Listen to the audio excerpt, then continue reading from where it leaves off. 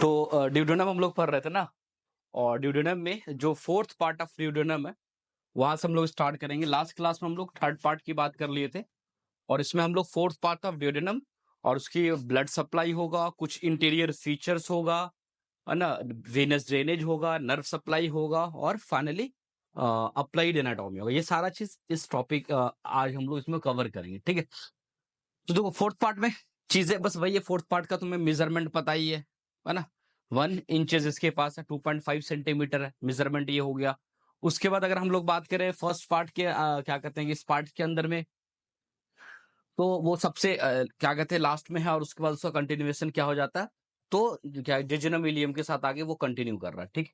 अब यहाँ fourth part जो है उसके रिलेशन पे अगर हम लोग बात करें, जो फोर्थ पार्ट है, तो एंटीरियर में, पोस्टीरियर में, सुपेरियर में, on to left, on to right, basically हम लोग देखें लेफ्ट और इसके राइट में हम लोग बात करेंगे सुपर, क्योंकि इंफीरियर कुछ स्ट्रक्चर होगा नहीं, क्योंकि फोर्थ कुछ इस तरह से मान लो अगर आ रहा है, ये ड्यूडेनम है, ये सेकंड फर्स्ट पार्ट था, मान लो ये फर्स्ट पार्ट था, और ये सेकंड पार्ट है, ये थर्ड पार्ट था, और ये फोर्थ पार्ट कुछ था, तो ऐसे कुछ था इस तरह से, फिर यहाँ से इंटेस्टाइन में कंटिन्यू कर रहा वो। तो अब जाहिर सी बात है एक सामने होगा, ये फोर्थ पार्ट ये वाला सामने, तो क्या होगा, सामने एंटेरियर हो जाएगा, और इसके पीछे क्या हो जाएगा, पोस्टेरियर। और ऊपर तो है अभी स्ट्रक्चर, तो ये ऊपर क्या हो जाएगा, ड्यूडेन, ऊपर भी सुपेरियर। इंफीरियर इसके अंदर नहीं, क्योंकि ये इंफीरियर में नीचे किसके साथ कंटिन्यू कर रहा है, ये थर्ड पार्ट के साथ ही कंटिन्यू कर रहा है, तो इंफीरियर रिलेशन नहीं देखेंगे हम लोग। और साथ साथ इसमें क्या देखेंगे, अब यहाँ से एक राइट होगा, एक क्या होगा, इधर राइट होगा तो इधर क्या होगा, लेफ्ट होगा, राइट और लेफ्ट। तो यही सारा चीज इसी के क्या हुआ, लैट, हाँ राइट लैट, यहाँ पे लैटरल मीडियल्स नहीं बोलते, हम बनाने के लिए बहुत इस तरह से बना रहे हैं कि आसानी के साथ समझने के लिए हम ऐसे बनाया, तो मैं अभी समझाने के लिए कि इस तरह से समझा दिया। लेकिन एक्चुअल बॉडी में जो ये ओरिएंटेड है, ये फोर्थ पार्ट है, वो इस तरह से ऐसे मतलब सीधा सा गया और ऐसे कर्व टाइप बेसिस है। तो यहाँ पर ऐसे समझने में इस तरह का एंगल है, तो यहाँ पर ये राइट और लेफ्ट कह सकते हैं, लेकिन ये मीडियल लैटरल इसको नहीं कह सकते, क्योंकि जस्ट ये जो एंगुलेशन, अगर ये सीधा नहीं हो, टेढ़ा अगर होता, तो मतलब ये इस तरह का एंगुलेशन कर रखा है यहाँ पर, है ना। तो यहाँ पे 2D पिक्चर से तो हमें सीधा सीधा क्लियर समझ में आता है, ट्विस्टेड होता है बेसिकली। तो वो ज्यादातर ऐसा लगता है कि वो राइट एंड लेफ्ट की एंगुलेशन में, तो मीडियल लैटरल बहुत ज्यादा इसको नॉमिनिकेट नहीं किया गया होगा, मे बी एनाटोमिस्ट की वजह से, जो भी एनाटोमिस्ट है, ठीक है। अब बात यहाँ पर आती है इसके आगे, अगर हम लोग बात करें रिलेशंस में, तो सबसे पहले एंटेरियर यानी सामने की तरफ जो होगा वो ट्रांसवर्स कॉलन होगा, और ट्रांसवर्स मिजो कॉलन होगा, क्योंकि ट्रांसवर्स इस तरह से, कॉलन जो था वो इस तरह से जा ही रहा है। तो सबसे पहला स्ट्रक्चर अगर हम लोग देखें एंटेरियर रिलेशन में, याद दिख रहा है फोर्थ पार्ट में बेसिकली, है ना। तो ये यहाँ पर है, यहाँ पे टर्निंग किया, ये ट्रांसवर्स तो जा ही रहा है, और ट्रांसवर्स ये क्या है, कॉलोन है, और ये जो इस तरह से निकला हुआ शीथ जो है वो ट्रांसवर्स क्या है, मिजो कॉलोन, जो एंटेरियरली देखने को मिलेगा। पोस्टरली बात करें तो लेफ्ट सॉस मेजर्स मसल, इससे पहले अभी जो भी आ रहा था वो राइट सॉस मेजर मसल्स आ रहा, तो वो राइट साइड से जाएगा और लेफ्ट साइड से जाएगा। यही मसल्स हम लोग जब किडनी भी पढ़ेंगे तो किडनी के रिलेशन में भी आएगा, याद रखोगे। उसके बाद हम लोग देखते हैं right left sauce measures muscles जा रहे, साथ साथ हम लोग देखते हैं लेफ्ट सिंपैथेटिक चैन, है ना। ये जो तुम्हें दिख रहा है नर्व का, ये बेसिकली सिंपैथेटिक चैन है जो ऊपर से आ रहा है, और यहाँ पर जब हम लोग देखते हैं तो इस यहाँ पे सामने क्या है, ड्यूडेनम, है ना। तो इसके पीछे से यहाँ पर जा रहा है क्या, सिंपैथिक चैन देखने को मिलता है, ये रिलेट करता है यहाँ पर इस पार्ट्स के पास, इस सेगमेंट्स के पास कह सकते हैं, रिलेट करता है, ठीक है। और उसके बाद हम लोग आते हैं तो क्या देखता है, तो left gonadals vessels, left gonadal vessels में अगर इधर हम लोग बात करें, जैसे लेफ्ट गोनेडल वेसल्स यहाँ पे लिखा हुआ है ना, यानी कि मेल्स क्या, तो बेसिकली हम लोग कह सकते हैं यहाँ पर टेस्टिकुलर आर्टरी और टेस्टिकुलर वेन बेसिकली हम लोग कह सकते हैं यहाँ पर देखने को मिलेगा। एंड इन्फेरियर मेसेंट्रिक वेन, क्या दूसरा है, इन्फेरियर मेसेंट्रिक वेन, ये स्प्लेनिक वेन है, और ये जो है यहाँ पर तुमको ये ब्लू ब्लू तुमको दिख रहा है, ये इन्फेरियर मेसेंट्रिक वेन है। यही inferior mesenteric when splenic when में मिलता है, और स्प्लेनिक वेन आगे इधर आता है, और यहाँ पर ये जो तुमको दिख रहा है ये superior mesenteric when, superior mesenteric when है। तो मैं पोर्टल वेन कैसे बनता है ये बता रहा था मैं तुम्हें, कि नीचे से इधर से क्या आया, इन्फेरियर मेसेंट्रिक वेन, और ये किसमें मर्ज हो जाता है, स्प्लेनिक वेन में। और स्प्लेनिक वेन और सुपेरियर मेसेंट्रिक वेन ये दोनों मिलता है, यहाँ पे पेनक्रियाज के पीछे चल रहा है, हेड एंड नेक के पीछे, हेड एंड नेक यहाँ पे पेनक्रियाज इसके पीछे चलता है ये काम, और जस्ट यहाँ से मिल करके बन गया पोर्टल वेन, और ये घुस जाता है यहाँ पर है लिवर, इसमें लिवर में एंटर कर जाता। तो पोर्टल वेन का कभी आगे मैं बताऊंगा भी, और इस तरह से वो फॉर्मेशन कोई पूछे तो याद रखो, नीचे से फ्यूज क्या करता, इन्फीरियर मेसेंट्रिक वेन और स्प्लेनिक, ये दोनों आपस में मिल जाता है ना। तो स्प्लेनिक वेन बेसिकली बन गया, यहाँ पे आर्टिकल लिख रखा जी, वेन होगा, ठीक है। ये देना, नोट में कर लेना सही तुम, ठीक है। तो ये चीज देखने को मिलेगा, ठीक है। अब तो तुम्हारा ये पोस्टीरियर रिलेशंस हो गया। सुपेरियर में ऊपर बॉडी ऑफ पैनक्रियाज, क्योंकि वो सी टाइप लूप्ड है तो यहीं पे पूरा का पूरा का इसी में क्या पैनक्रियाज है। तो यहाँ पर जो था पैनक्रियाज का, ये जो था इसके अंदर में पैनक्रियाज का क्या पढ़ रहे थे हम लोग, हेड एंड नेक एनांसिनेट प्रोसेस, ये सारा स्ट्रक्चर देख रहे हैं। और ऐसे जाता है पैनक्रियाज, तो यहाँ से क्या हो जाए, जो बॉडी वाला पार्ट होगा वो इसके कहाँ जाएगा, सुपेरियर के रीजन में, यहाँ पर बॉडी ऑफ पैनक्रियाज देखने को मिल जाएगा। On to the left, left kidney and left ureter, है ना। जो लेफ्ट साइड अगर हम ऐसे खड़े तो इस साइड जो कह सकते हैं, तो यहाँ पर कुछ रिलेट क्या करेगा, लेफ्ट किडनी करेगा, और किडनी से क्या निकलता है, यूरेटर निकलता है, तो left kidney plus left ureter यहाँ पर रिलेशन करेगा। On to rights, right side की अगर हम लोग बात कर ले तो upper part of the root of mesentery, है ना। अब रूट ऑफ मेजेंट्री कहने का मतलब वही चीज है जो मीजोकोलोन बेसिकली चल रहा है यहाँ पर। तो जो मेजेंट्री है बेसिकली, है ना, ट्रांसवर्स मीजोकोलोन, और ये जो मेजेंट्री बेसिकली निकल रहा है उसके जो कुछ रूट्स है वो यहाँ पर इस राइट साइड में क्या करेगा, अटैच है बेसिकली यहाँ पर देखने को मिलेगा। तो ये तो काम होगा तुम्हारे क्या रिलेशंस का, fourth part and last part का। अब ये बात हम लोग करते हैं यहाँ पर जो इंटीरियर ऑफ ड्यूडेनम, यानी ड्यूडेनम को ओपन करेंगे। कब क्या करेंगे, ड्यूडेनम को ओपन करेंगे तो ड्यूडेनम के अंदर क्या क्या फीचर्स देखने को मिलेगा। तो इंटीरियर ऑफ ड्यूडेनम के अंदर में जब हम लोग बात करते हैं तो यहाँ पर first part, second part, third part and fourth part बहुत ज्यादा कुछ नहीं है इसको देखने को मिल रहा है। तो इनिशियली हम लोग देखते हैं कि जो अंदर क्या एक म्यूकोजल फोल्ड दिखता है, लेकिन this mucosal fold not a through out the duodenum, पूरे के पूरे क्या कहते हैं ड्यूडेनम में अंदर में वो म्यूकोजल फोल्ड्स नहीं मिलेगा, ठीक है। अब ये बात ये हो रही है कि म्यूकोजल मेम्ब्रेन कह सकते हो उसका जो fold of the duodenum, basically हम लोग देखते हैं ये जो म्यूकोजल फोल्ड होता है, म्यूकोजा तो मिलेगा, लेकिन म्यूकोजल फोल्ड की बात करें, म्यूकोजा तो पूरे जीआईटी में, मैं ऑलरेडी में बात कर रहा हूँ पूरे जीआईटी में म्यूकोजा है। अब कहीं पर क्या, जैसे हमारा माउथ ओपन करे तो माउथ का जो अंदर से जो म्यूकोजल लेयर है वो एक प्लेन है, ऐसे ऐसे करके वो ऐसे क्या करते हैं, इस तरह से फोल्डेड फोल्डेड तो नहीं है ना। तो सेम है, ये भी बात हम कर रहे हैं, यहाँ पे भी म्यूकोजा है whole of this duodenum, but mucosal folds की बात करते हैं तो वो बेसिकली हम लोग यहाँ पर देखने को मिलता है, बेसिकली नहीं मिलता फर्स्ट में, सेकंड पार्ट से शुरू होता है।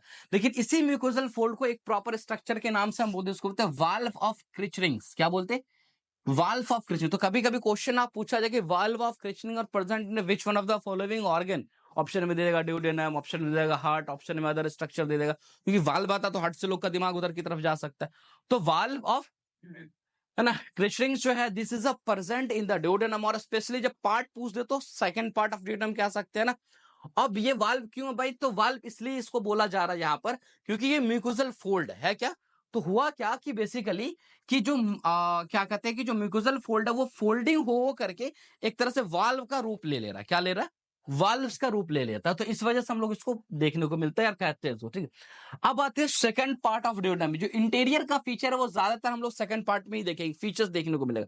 ऊपर का नॉर्मल जीआईटी जैसे है वैसे ही जीआईटी देखने को मिलेगा, ठीक है। अब क्या है, तो मेजर ड्यूडेनल पैपिला, दो चीज हम लोग पढ़ेंगे यहाँ पर। एक तो पूरे ड्यूडेनम के अंदर में पैपिलरी स्ट्रक्चर समझ रहे हो, जो इस तरह से पॉइंट ऐसे दो देखने को मिलेगा। तो एक चीज यहाँ पर हम लोग देखेंगे, एक को हम लोग बोलते हैं कि मेजर ड्यूडेनल पैपिला, एक को क्या बोलते हैं, माइनर ड्यूडेनल पैपिला। तो पहले मेजर ड्यूडेनल पैपिला की अगर हम बात करते हैं, ये जो है एक तरह से 8 से 10 centimetre distal to the pylorus. Pylorus कहां था भाई, जहां पर स्टमक, यहाँ पे क्या होगा, खत्म। यहां से हम 8 से 10 सेंटीमीटर, देखो अब याद करो यहां से अभी, क्योंकि जैसे ही अभी हम लोग कुछ क्लिनिकल प्रोसीजर्स यहाँ पर देखते, खास करके जैसे इधर से अभी आएगा बाइल डक्ट यहाँ के ओपन हो रहा है, पेनक्रेटिक डक्ट ओपन हो रहा है, और बहुत सारे टाइम में हम लोग देखते कि स्टोन बाइल डक्ट में बन जाता है, स्टोन पेनक्रेटिक डक्ट में बन जाता है, ट्यूमर यहाँ बन जाता है। तो वैसे टाइम पे हम लोग आजकल देखते हैं कि जो प्रोसीजर्स है, एमआरसीपी ईआरसीपी प्रोसीजर्स होता है, जो रेडियोलॉजी डिपार्टमेंट में जाओगे वहां पे प्रोसीजर जिसमें स्टोन को रिमूव करते हैं या डायग्नोसिस के लिए करते हैं, तो वहां पर हम ट्यूब को सारा एसोफेगस से डालते हैं और डालते डालते हम पहुंचते। तो हमें ये पूरा, अब तुम्हें शुरू से मैं पता रखा हूं, इंसीजर से लेके क्या कहते हैं एसोफेगस तक का डिस्टेंस पता है ना। एसोफेगस में कंस्ट्रिक्शन जो बता रहे थे कि इंसीजन से कितना कितने सेंटीमीटर पे है या इंच पे, जो भी बताया। फिर उसके बाद स्टोमक का मेजरमेंट हमको पता है, तो सब का उस तरह से मेजरमेंट करते चले। अब देखो, तो कहने का मतलब ये जो 8 से 10 सेंटीमीटर डिस्टल पाल, ये पाइलोरिस से लगभग 8 से 10 सेंटीमीटर अगर हम लोग यहाँ पर आएंगे तो यहाँ पर एक पैपिलरी स्ट्रक्चर देखने को मिलेगा, जिसको हम लोग मेजर पैपिला के नाम से जाते हैं। अब ये देखें, on it's summits open the common hepatic pancreatic duct. अब इसी के पास जो होता है वो ओपनिंग होता है किसका, कॉमन हेपेटिक डक्ट का। यहाँ पर देखना है कॉमन हेपेटिक पेनक्रेटिक डक्ट का बेसिकली, है ना। तो ये ऑलरेडी हमें पता है ये क्या है भाई, तो जो बाइल डक्ट आ रहा है वो, और ये जो क्या कहते हैं इधर से पेनक्रेटिक पेनक्रेटिक का जो मेन पेनक्रेटिक डक्ट है वो, ये दोनों आकर के बेसिकली क्या कर सकता है, ओपनिंग यहाँ पर इस स्ट्रक्चर में opening of the main pancreatic duct जिसको हम लोग कह सकते हैं, या उसी के साथ यहाँ पर जो ओपन हो रहा था वो दोनों एक फ्यूज करके करता है, ठीक है।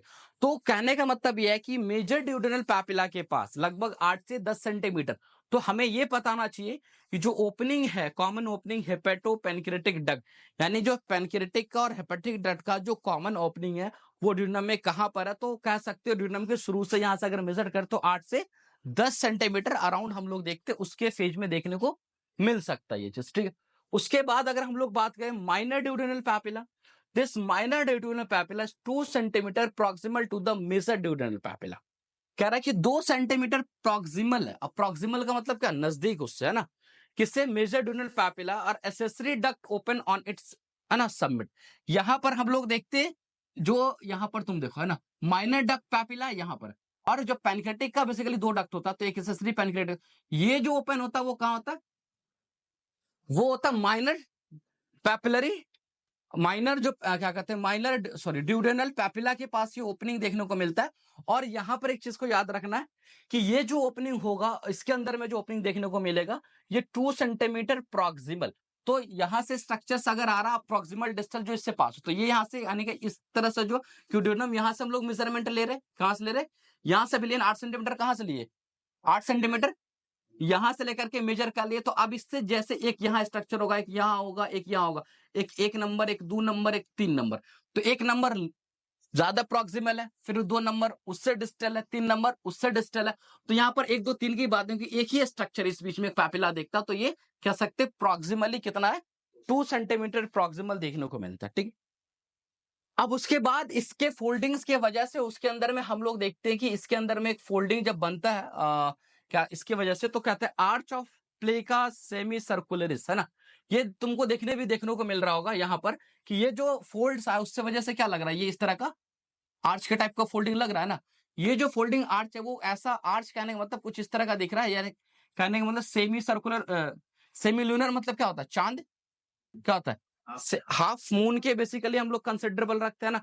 तो यहाँ पे आर्च ऑफ प्लेका सेमी सर्कुलर या सेमी लूनर कह सकते हैं। सेमी सर्कुलर मतलब क्या, आधा circle, not a complete circle, तो बात एक ही चीज आ जाती है, ठीक है।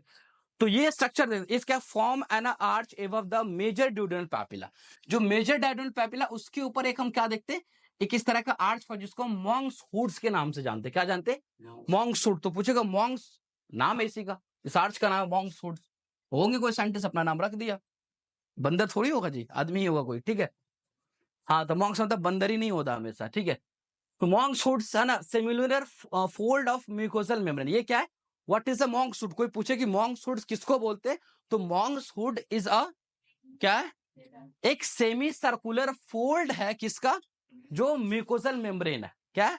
ये कहां पर होगा, तो आपका ये आर्च के तरह स्ट्रक्चर है, ये मेजर पैपिला जो है उसके जस्ट कहां देखने को मिलता है, एवब देखने को मिला, मेजर पैपुला से एवब देखने को मिला, जिसको हम हुड लाइक स्ट्रक्चर बोलते हैं ना, इस तरह को इसको हुड बोलते हैं।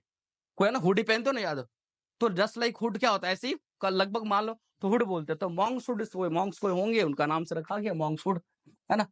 तो मॉन्क्स हुड सिंपल से एक वर्ड तुमसे अगर पूछा जाए, है ना, तो मॉन्क्स हुड क्या है, तो मॉन्क्स हुड इज अ क्या भाई, एक सेमी सर्कुलर म्यूकोसल फोल्ड है जो कि मेजर ड्यूडेनल पैपिला जो है उससे जस्ट एवब ओपनिंग में देखने को मिलेगा, ठीक है। Papilla simple projected structures, papilla किसको बोलते, कोई इस तरह से अगर प्रोजेक्टेड स्ट्रक्चर्स है ना, इस तरह से ये है, ठीक है। अब यहाँ पर ये जो जस्ट ओपनिंग हुआ होगा तो वहां पर इस तरह से क्या होगा, एक प्रोजेक्शन होगा इस तरह का, कोई निकला हुआ, जैसे विलाई समझते हो ना, that is the papilla, villi is also papilla, micro villi, villi किसमें, हाँ टंग्स में भी है पैपिला, तो वो बर्ड लाइक स्ट्रक्चर जो प्रोजेक्शन है, दिस इज पैपिला, ठीक है। अब यहाँ पर अगर हम लोग देखें तो आर्टेरियल सप्लाई की बात करते हैं, है ना, हाँ मेजर माइनर इसीलिए उसको हम लोग बोलते हैं, जो बड़ा होगा उसको मेजर बोला गया, जो छोटा होगा उससे कंपेयर उसको माइनर बोला गया, ठीक है। अब यहाँ पर देखो आर्टेरियल सप्लाई है वो सारा चीजों के इंटीरियर की बात होगी। आर्टेरियल सप्लाई मतलब कि जो ड्यूोडेनम को जो आर्टरी से सप्लाई मिलने जा रहा है उसकी बात करेंगे। अपर हाफ द ड्यूोडेनम हमने पढ़ा है डेवलप कहां से करता है, अपर हाफ कहां से करता है, फॉरगट से करता है, तो अपर हाफ क्या है, फॉरगट से कर गया। एंड लोअर हाफ कहां से करेगा, मिडगट। तो दोनों की सप्लाई क्या होगी, अलग अलग। एक कुछ की सप्लाई सीलियक ट्रंक से होगी, coeliac not artery, coeliac trunk से होगी, और एक की सप्लाई कहां होगी, सुपेरियर मेसेंटिक आर्टरी से, ओरिजिन वहां से होगी। The arterial supply of the upper half is a coeliac trunk, already यहां लिखा हुआ है ना, of basically of a forgot, forgot है बेसिकली। एंड लोअर हाफ यानी कि सेकंड पार्ट से मिडिल से कह रहे हैं, जो लोअर हाफ है वो कहां से होगा, सुपेरियर मेसेंट्रिक आर्टरी उससे होगा, जो बेसिकली कहा है किसका, एफ मिडगट्स का पार्ट है, ये किसका पार्ट है, मिडगट। अब ये कहां से कहां अपर हाफ और कहां से कहां लोअर हाफ, ये भी याद रखना। तो जहां पे अगर हम लोग बात करते हैं, जहां पर ये जो पैपिलरी एक्सटेंशंस है, मेजर पैपिला, मतलब जहां पर क्या कहते हैं कि हेपेटोपेनक्रेडक्ट ओपन होता है, वहीं से ऊपर वाले होल स्ट्रक्चर को हम लोग क्या बोलेंगे, फोरगट बोलेंगे, और उससे नीचे वाले स्ट्रक्चर को डिराइव फ्रॉम हाइंडगट डिराइव। तो यानी लगभग इससे ऊपर की जो सप्लाई होगी वो क्या करेगा, कौन करेगा, सीलियक ट्रंक से ब्रांचेस आएंगे, और इससे नीचे की जो सप्लाई आएगी वो कौन करेगा, सुपेरियर मेसेंट्रिक आर्टरी से सप्लाई आएगी वो करेगा, ठीक है। अब यहां पर अगर एक एक करके अगर देखा जाए, है ना, तो यहां पर क्या, सीलियक ट्रंक का। अब सीलियक ट्रंक के अलग अलग ब्रांचेस मैंने कई बार पढ़ाया रखा तुम्हें, सीलियक ट्रंक से क्या क्या निकलता है वो डिटेल तुम्हें पता होगा। अब यहां से अलग अलग निकला, जिसमें पहला एक हेपेटिक आर्टरी, इसी से निकलता है, हेपेटिक आर्टरी से कितना, गैस्ट्रोड्यूडेनल आर्टरी निकला। गैस्ट्रोड्यूडेनल आर्टरी नीचे आया तो क्या बना, सुपेरियो पेनक्रिएटोड्यूडेनल आर्टरी, क्या बना, सुपेरियर पेनक्रिएटो। अब लावे सुपेरियर पेनक्रिएटोड्यूडेनल आर्टरी, मतलब they are supply to pancreas as well as duodenum. अब इसी से यहां पर देखना होता है एंटीरियर पेनक्रिएटोड्यूडेनल आर्टरी, यानी जब यहां पर ये सुपेरियर पेनक्रिएटोड्यूडेनल आर्टरी आ रही है, थोड़ा सा और इसको जूम कर देते हैं, जब इसको सुपेरियर पेनक्रिएटोड्यूडेनल आर्टरी आ रही है ना, तो एक चीज को तुम अगर अच्छे से देखो, तो ऊपर से सुपेरियर पेनक्रिएटोड्यूडेनल आर्टरी आ रही है, तो सीधे मेन लाइन चला गया, और पीछे से देखो डॉट डॉट डॉटर लाइन गया है, तो मतलब सुपेरियर पेनक्रिएटोड्यूडेनल आर्टरी जब आता है ऊपर से सिंगल है, ऊपर से क्या, ये सिंगल है, और यहां आने से डिवाइड कर, anterior division and posterior division, तो यहां पर लग गया नाम एंटीरियर पेनक्रिएटोड्यूडेनल आर्टरी, है ना, सॉरी एंटीरियर पेनक्रिएटोड्यूडेनल आर्टरी आर्केड्स लिखा हुआ, ठीक है। पोस्टीरियर में आया था पेनक्रिएटोड्यूडेनल आर्टरी ऑफ आर्किड, मतलब आर्च के टाइप का जो बना हुआ आर्किड, इसलिए यहाँ पे बोले है ना, आर्किड बना हुआ, ठीक है। तो anterior division and posterior division.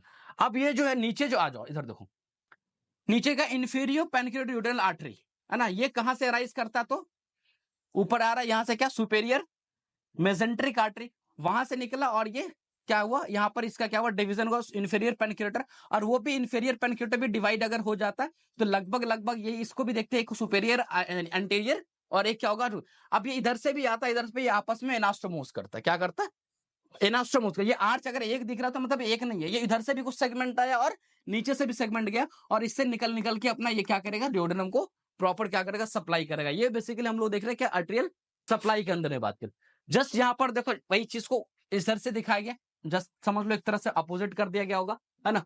Hepatic artery है, हेपेटिक आर्टरी आया तो यहाँ पर सुपेरियर ड्यूोडेनल आर्टरी, अब इसको हम एक नाम भी दिया गया, निकलता है तो लेस, कुछ अलग अलग ब्रांच है, less of branch from the hepatic artery, मतलब कुछ हेपेटिक आर्टरी से डायरेक्ट निकल के भी कुछ मेजर, तो ये समझ में आ गया। ये तुम्हें यहाँ पे जो हम लोग पढ़ रहे हैं वो सुपेरियर पेनक्रिएटोड्यूडेनल आर्टरी, जैसे अब सिंपल अगर तुमसे कोई पूछे कि ड्यूडेनल की सप्लाई लिखो, तो एक नंबर में लिखो सुपेरियर पेनक्रिएटोड्यूडेनल आर्टरी, दो नंबर में लिखो क्या, इंफीरियर पेनक्रिएटोड्यूडेनल आर्टरी। तो this is the major two artery, this is supply the duodenum. ये दो मेजर आर्टरी है जो कि क्या कर रहा है। अब तुम्हें सुपेरियर इंफीरियर का मतलब समझ में आ रहा है ना, जब ऊपर हम तो पहली बार पढ़ाए थे सुपेरियर तो ऊपर से आ रहा था, तो इसका मतलब कैसे हो जाएगा सुपेरियर, तुम लोग सिलेक्ट ट्रंक से अगर देखे तो नीचे आने के बाद सुपेरियर नाम क्यों पड़ा, क्योंकि सेम चीज करने के लिए नीचे से आर्टरी आ रही, जो कहां से आ रही है,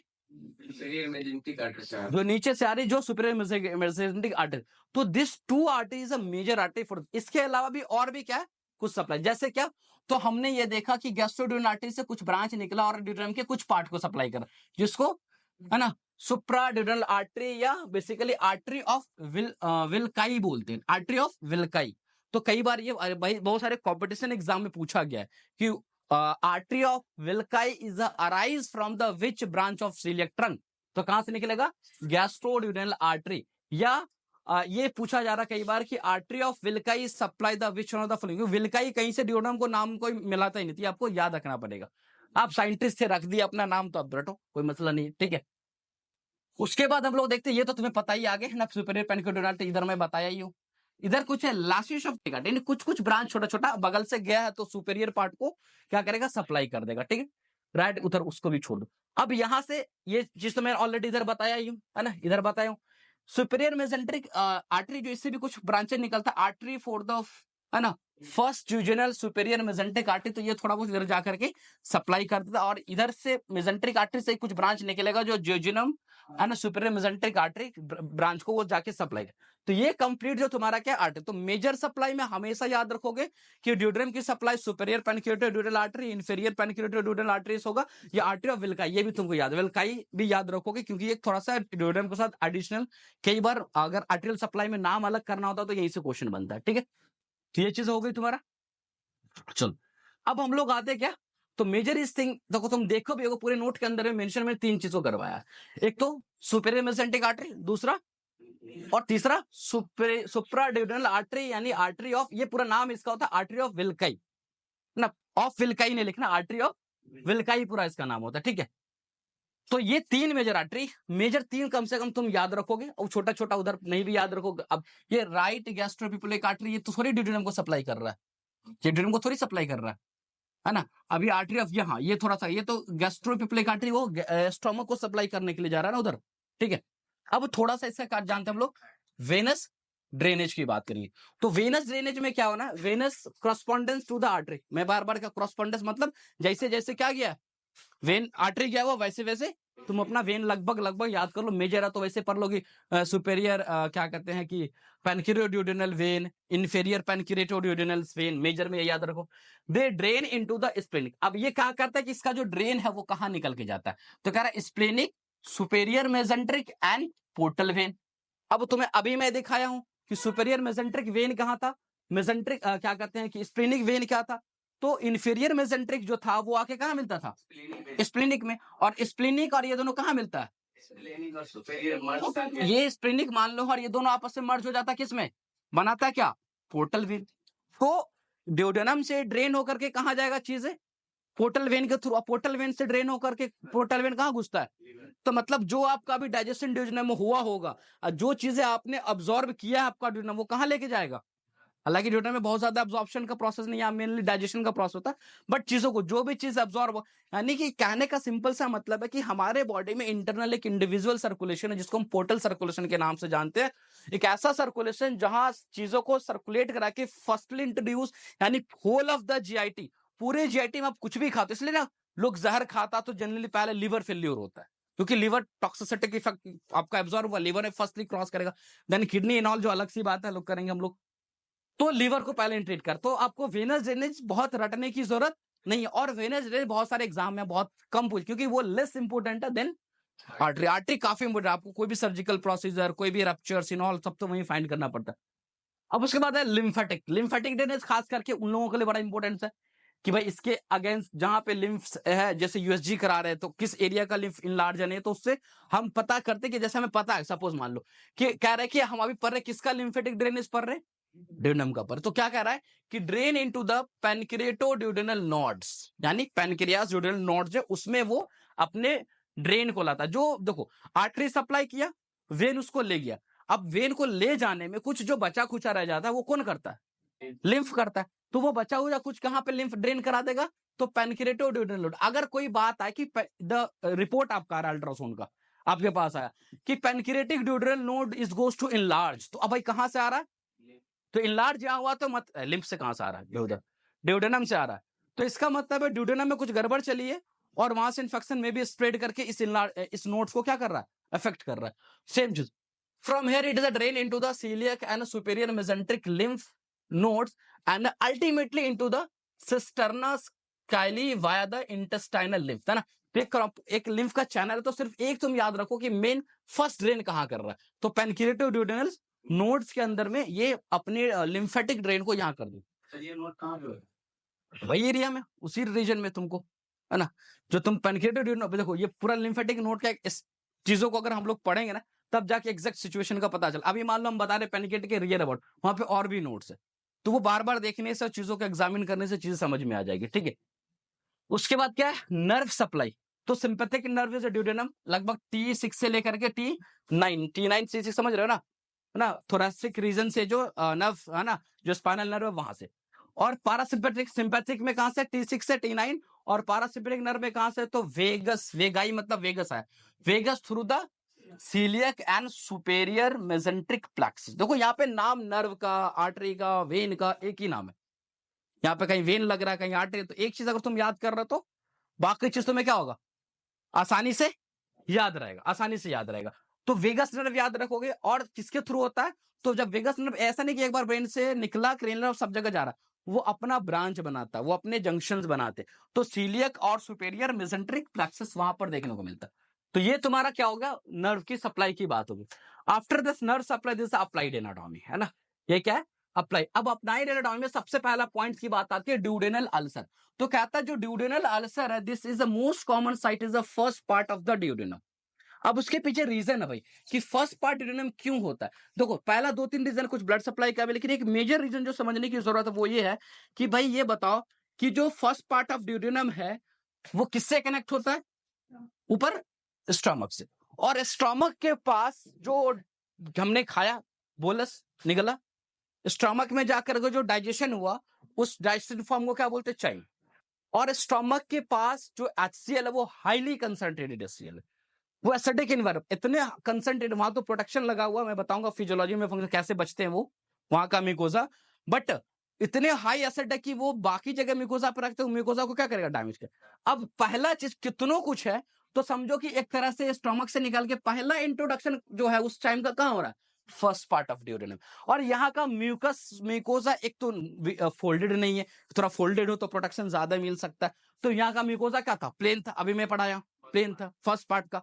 तो फर्स्ट पार्ट म्यूकोजा को, अच्छा ड्यूडेनम जैसे स्टार्ट होता है, ये कैसा नेचर का होता है, इसका एनवायरमेंट ये होता है अल्कलाई, कैसा होता है, ये बेस नेचर का होता है, अल्कलाई एनवायरमेंट होता है ना। और जो स्टमक है वो हाईली एसिडिक नहीं, हाईली एसिडिक एनवायरमेंट का होता है। तो उसमें उसके चाइम में एसिड मिला होगा, और वो जब आएगा एसिड मिला हुआ चीज, तो पहले यहां पर जो टिश्यू म्यूकोसा उसको क्या करेगा, डैमेज करेगा। और डैमेज करते डैमेज होता, अल्सर है क्या, व्हाट इज अल्सर, कोई पूछे कि अल्सर किसको बोलते, सेल डैमेज हो गया अल्सर हो गया, ऐसे मारे बहुत सेल डैमेज हो अल्सर हो गया।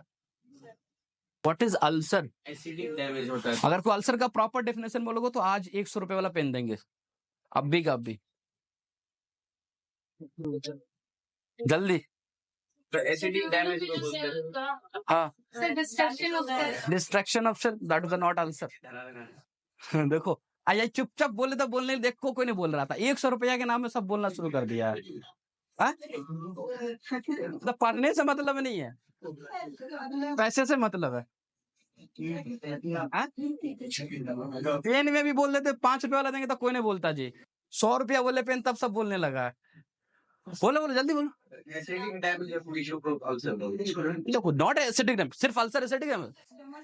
कॉर्नियल अल्सर क्या, एसिड इधर किधर से आ गया, कॉर्नियल अल्सर हो गया।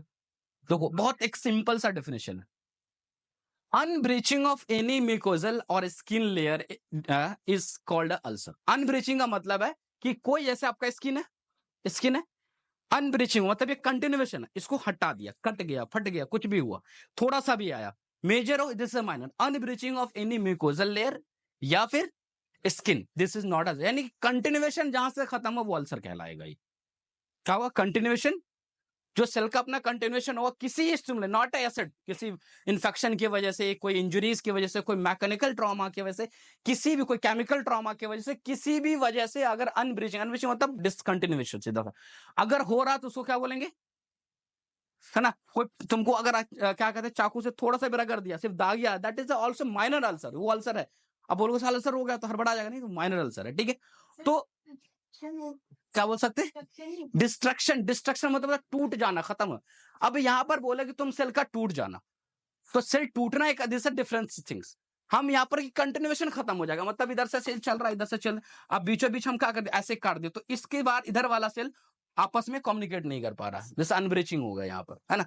टूटना, कुछ यहाँ टूट गया, कुछ वहां टूट गया, तो that is may be ulcer, क्योंकि टूटेगा तो डिस्कंडिशन आएगा, but destruction not a completely. Destruction किस में, तुम बोली भी डिस्ट्रक्शन सेल में, तो कहाँ के सेल में, कोई लिवर सेल डिस्ट्रॉय हो रहा है, अल्सर हो गया, नहीं, this is discontinuous mucosal special layer, और जो आपका स्किन का जो लेयर है आउटर ऑफ बात करें तो यहाँ पे, ठीक है। तो हाँ, तो अब क्या है, तो अल्सर होने का सबसे कॉमन साइट क्या है भाई, तो इसलिए कभी भी अल्सर हम अगर फाइंड आउट करेंगे ड्यूडेनम में तो ज्यादा टाइम कहाँ मिलेगा, फर्स्ट पार्ट में। क्यों कि बार बार एसिडिक एंजाइम आ रहा है, एसिड क्या कर रहा है, बार बार स्टिमुलेट कर रहा है, और स्टोमक सॉरी ड्यूडेनम के म्यूकोजा के पास, ड्यूडेनम के म्यूकोजा के पास क्या नहीं है, ड्यूडेनम के म्यूकोजा के पास क्या नहीं है, फोल्ड नहीं है। अरे फोल्ड नहीं है, वो तो नहीं है जी। और क्या नहीं जो एसिड से मार खा रहा है, जो प्रोटेक्शन मैकेनिज्म स्टोमक के म्यूकोजा में होता है वो ड्यूडेनम के म्यूकोजा में नहीं है, जिसके वजह से ड्यूडेनम का म्यूकोजा आपस में अपने को क्या कर रहा है, प्रोटेक्ट एसिड से नहीं करता, और ये हार्म धीरे धीरे, हाँ इसीलिए यहां पर हो जाता है चांसेस ज्यादा। अब चलो, the only common occur in the part of the duodenum, है ना, फर्स्ट पार्ट में देखो। अब इसको हम लोग डायग्नोसिस करने के लिए बेसिकली हम लोग क्या करते हैं, एक्सरे कराते हैं, लेकिन नॉर्मल एक्सरे नहीं कराएंगे। क्या नहीं कराएंगे, नॉर्मल एक्सरे नहीं कराएंगे, इट्स बेरियम मील एक्सरे कराएंगे। बेरियम मील क्या भाई, मील मतलब तो खाना होता है, समझ रहे हो ना, खाना पीना तो सबको आता है, याद है, ठीक है। मील मतलब बेरियम में बेसिकली एक एजेंट है, समझो एक रिएजेंट है जो पेशेंट को हम पिलाते हैं या खिलाते हैं, जो एक तरह का ऐसे तुम अगर करोगे तो एक्सरे का जो एक्सपोजर होगा वो क्रॉस कर जाएगा, सॉफ्ट टिश्यू से क्या करेगा, क्रॉस करे। तो बेरियम मील एक्सरे को रोकता है, और जब रुकेगा तो पीछे क्या बनेगा, इमेज शैडो। एक्सरे में क्या चाहिए आपको, और उसका एक शेप आ जाएगा। सिंपल सा समझो कि अगर हम एक ट्यूब में कोई चीज डाल दे रहे हैं, ट्यूब का कैसा शेप है नहीं पता, लेकिन एक ऐसा सब्सटेंस जो रेडियो ओपेक हो जाए, और उसके बाद हमको उसका पूरा क्या पता चलेगा। अब पॉलिथीन का हमको साइज नहीं पता कैसा शेप होता है, लेकिन उसमें पानी डाल दे तो पानी का शेप होगा, सामान डाल दो जैसा वैसा बनेगा। तो वो क्यों बन पा रहा है, एक अंदर से सपोर्ट दे रहा है। तो बेरियम मील बेसिकली ऐसे एक्सरे हम पास कराएंगे तो वो आसपास सॉफ्ट टिश्यू में कर जाएगा, तो बहुत ज्यादा पिक्चर के लिए। तो बैरियम मील जो आएगा तो वो जैसे जैसे जाएगा, अभी जैसे ये नाला एक मान लो ट्यूब है सीधा, और एक ट्यूब क्या है ऐसे टेढ़ा है ना, तो अब ये टेढ़ा सीधा एक्सप्रे का तो बहुत ज्यादा, लेकिन इसके अंदर में हम लगा दिए रेडियो लिसेंट या कोई चमकने वाली चीज है, जैसे कहते हैं रेडियो एक्टिव सब्सटेंस।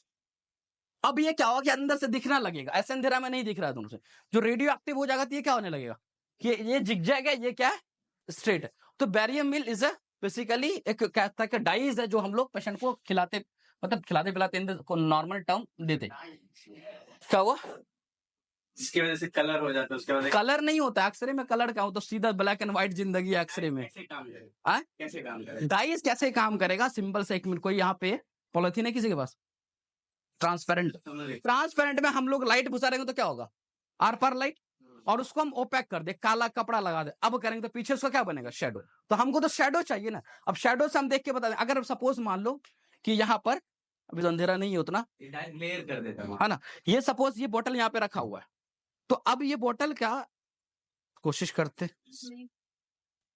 शेडो हाँ बन रहा है, शेडो बन रहा है, क्यों बन रहा है, अच्छा ये हम नहीं दिखा है, कुछ इतना ही दिखा है, तो लगभग आदमी गेस कर सकता कोई लॉन्ग वाला चीज है बोतल लाइक दिस। तो शेप से आप क्या कर रहे हो, स्ट्रक्चर को डिफाइन कर रहे हो ना, शेप से क्या कर रहे हो। अगर ये लाइट को हम हटा दिया, अब ये लाइट दे भी रहे लेकिन एकदम ट्रांसपेरेंट होता, शेडो नहीं बनता, तो क्या करोगे, कोई स्ट्रक्चर नहीं। तो वो प्रॉपर ड्यूडेनम अपने नॉर्मल स्ट्रक्चर में है या स्ट्रक्चर को गड़बड़ कर रखा है, वो बैरियम में पता चल पाता है कि वो जाएगा तो प्रॉपर उस शेप का आएगा।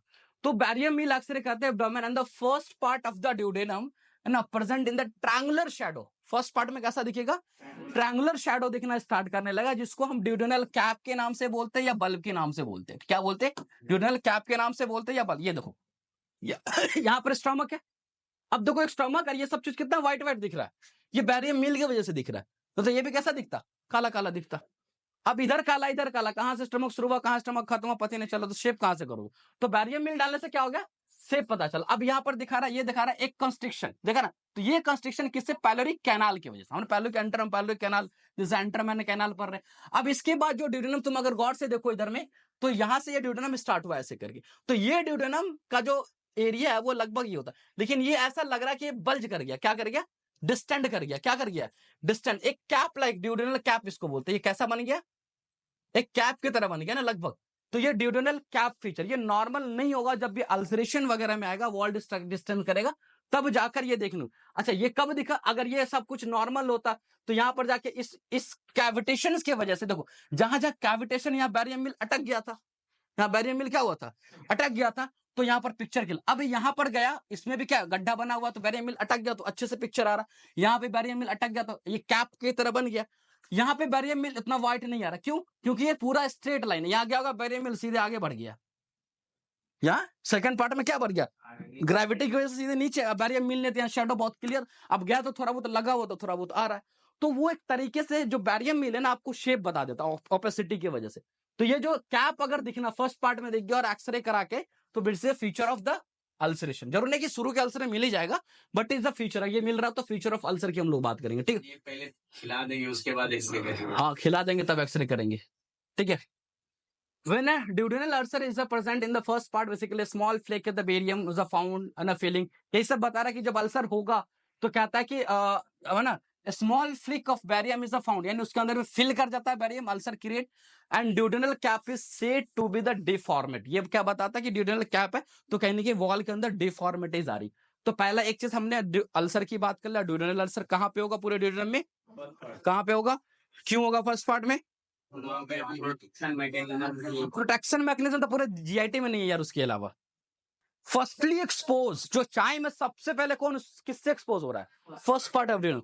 तो पूरा इफेक्ट जो उसका जो एसिडिक इफेक्ट है वो कौन झेलेगा, फर्स्ट पार्ट। बाकी तो हम जाते जाते नीचे तो बाइकार्बोनेट से मिलता जाएगा तो न्यूट्रल होता हुआ चला गया। चलो ठीक है, अब उसके बाद ड्यूडेनल इंजरीज की बात करें तो part first part, second part, third part है। इन तीनों पार्ट में कह रहा है कि जो ड्यूडेनल इंजरी है वो सेकंड पार्ट सबसे सेफ है। अब देखते हो तो second part of the duodenum is the most protected external injury. कोई अगर एक्सटर्नल इंजरी, एक्सटर्नल इंजरी मतलब ये ना कि बाहर से कोई मार रहा है तो बाहर से भी बात से जा रहा है, अंदर से कोई एक्सप्रेड हो रहा है, उसकी भी हम लोग बात करें, यानी उस पार्ट के बाहर से is signed of body cavity and from the outside of body cavity.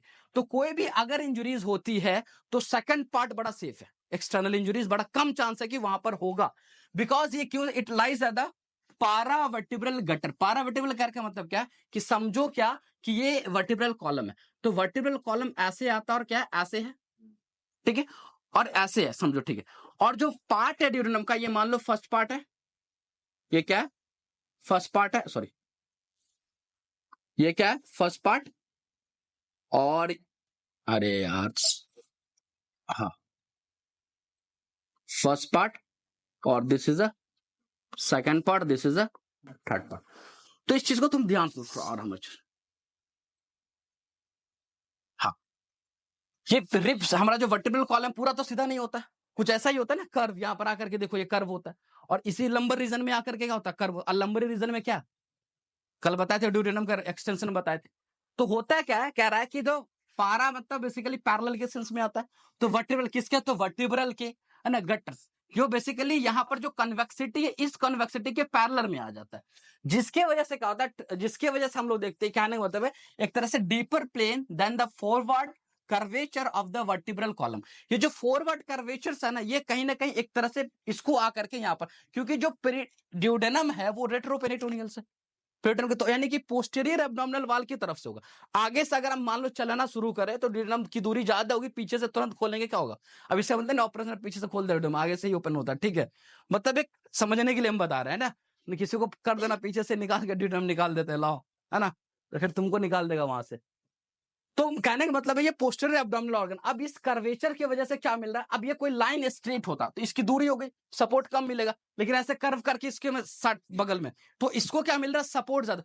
कोई इंजुरीज एंड ट्रॉमा हो तो इसको क्या मिलेगा, प्रोटेक्शन मिलेगा। तो ये पार्ट इस वजह से सेकंड पार्ट एक्सटर्नल इंजुरी से क्या होता है, बच जाता है। अब देखो लेकिन थर्ड पार्ट जो ना वो नहीं बच पाता है। थर्ड पार्ट के बारे में कहता है मोस्ट वनरेबल एक्सटेंट इंजुरी, इसमें बहुत ज्यादा चांस है इंजुरीज होने का, क्योंकि थर्ड पार्ट जो होता है, अब ये तो हम साइड व्यू तुमको हम दिखाएं, ये साइड व्यू दिखाए ना, तो साइड व्यू में हम इसको थर्ड पार्ट को कहां ले गए, आगे ले गए, लेकिन थोड़ा सा इमेज करो, ड्यूडेनम ऐसे आया था और ऐसे वर्टिब्रल के कॉलम के साथ गया होगा वर्टिब्रा, और फिर ये जो थर्ड पार्ट गया होगा तो कैसे गया होगा, इधर से वर्टिब्रा, इधर से, बात समझ में आ रही, ओरिएंटेशन समझ रहे हो, समझ रहे हो।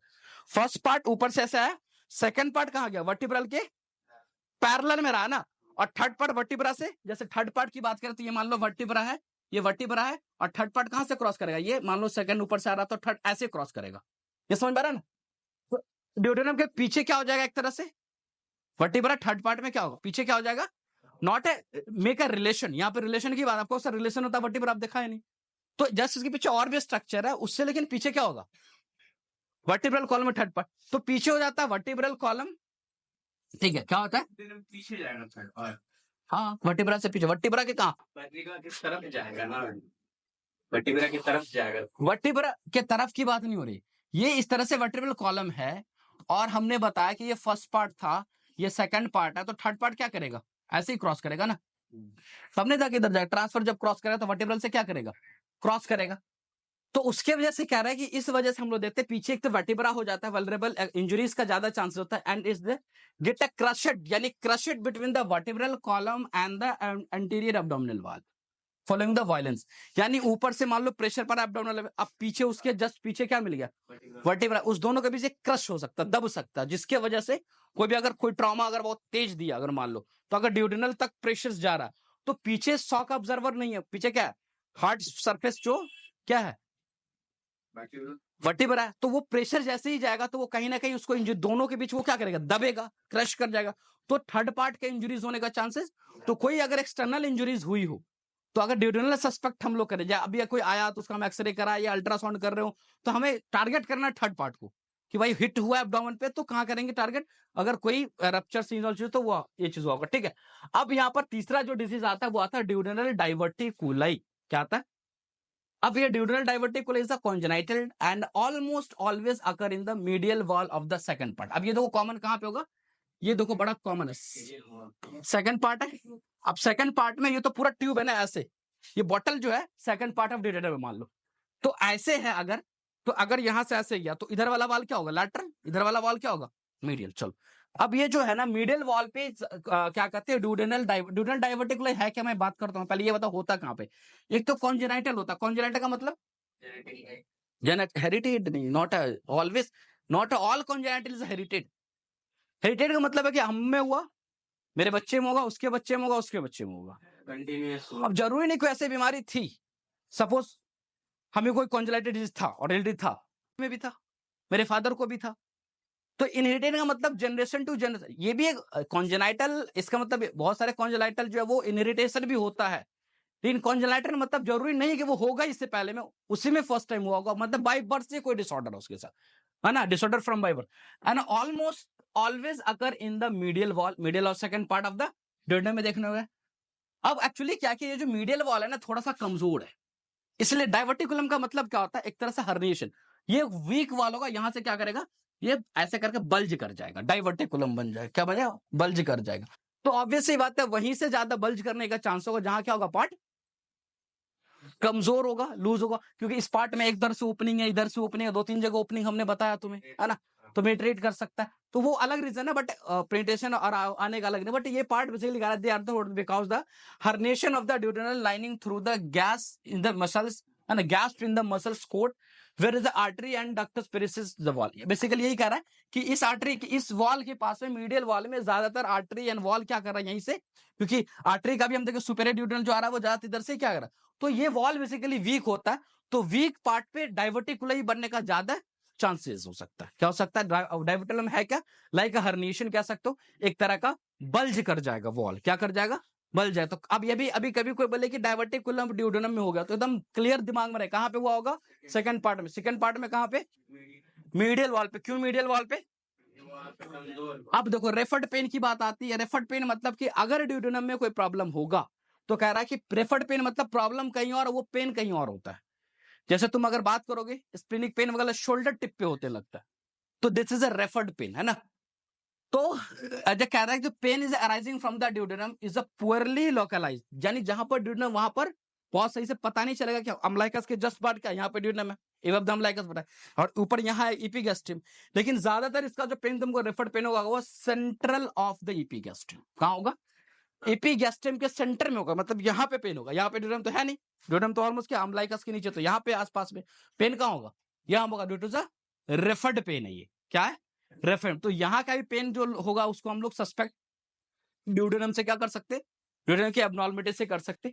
तो ये आपका complete anatomy of duodenum complete हो गया। नेक्स्ट क्लास में हम लोग जेजुनम इलियम के आगे फॉरवर्ड करेंगे। यहाँ तक कोई क्वेश्चन, कोई डाउट, कोई समस्या है?